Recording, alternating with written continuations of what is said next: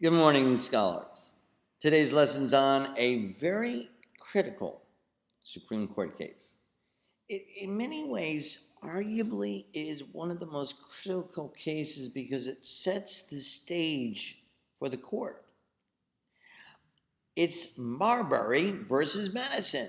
Coming up on this edition of a YouTube video by me, my name is Mr. Peterson, so welcome aboard. Today we're going to talk about William Marbury. Oh yeah! Now listen, this is how it all set off or started, shall I say?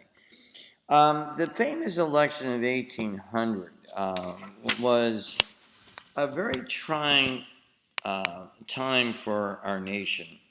It was still trying to feel its oats, so to speak, and determine exactly how things were going to work out, electorally speaking. Now, if you remember, the Constitution was very clear on who would win the presidency. You needed a simple majority of electoral votes in order to accomplish that feat, okay?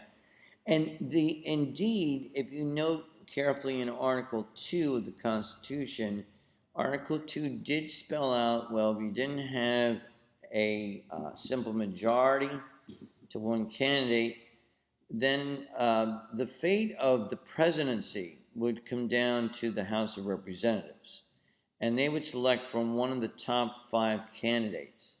The problem, of course, in the election of 1800 was there was exactly 5 candidates. And we also had a situation where there was a tie, and certainly there was no clear-cut simple majority of electoral votes given to that election. So this, of course, got the Federalists very upset because the House of Representatives ends up going ahead and selecting Thomas Jefferson to be the next president of the United States. And of course, he was one of the 5, but was also a slate of other candidates as well for the election of 1800, including Federalists, John Adams, and we had a bunch of other people as well.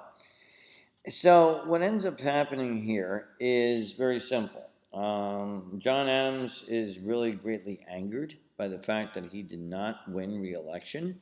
So he, at the very last minute, the last day of his presidency, appointed what has been referred to as midnight justices. And there was a whole slate of them, or slate, and the word is slate, I'm sorry, a whole slate of midnight justice appointments, including a man by the name of William Marbury, who was clearly on the side of the Federalists, for sure. And the following day, of course, Thomas Jefferson becomes president of the United States. And Jefferson's Secretary of State, James Madison, who would later then become, of course, the 4th president of the United States, he turns around and he discovers the appointment letter appointing William Marbury to a post on actually the Court of Appeals.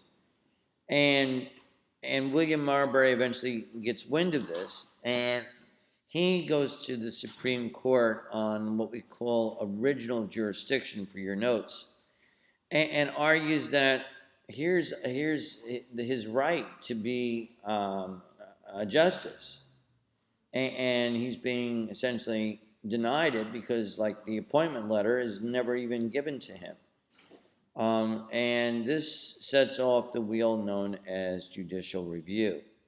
So the case Marbury v. Madison is argued on February 11th, 1803, and it is decided rather quickly by February the 24th.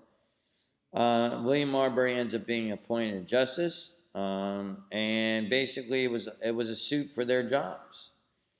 So it raises some fundamental constitutional questions. Number 1, is Marbury entitled to his appointment? Well, the Supreme Court said yes.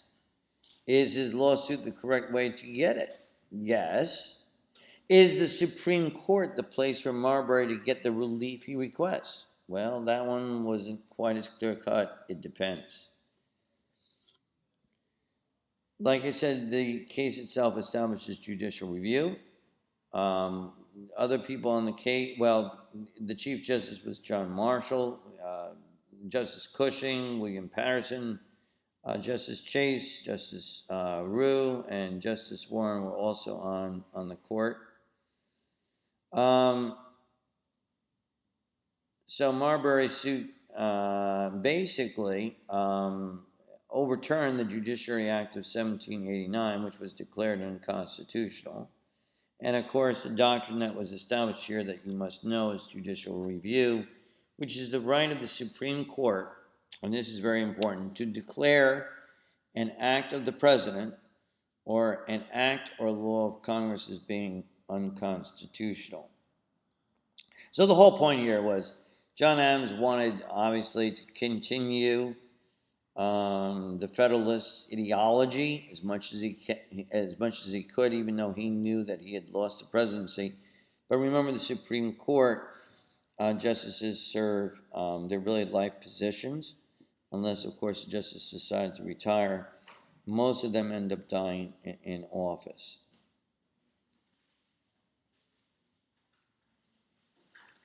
So I think one of the other significant points about this case that I want to just alert you to was the idea that the Marshall Court ruled that the Constitution is paramount of law, and that indeed, when push comes to shove, the Constitution it really allows or demands that the court system, in this case the Supreme Court, has the right to interpret law.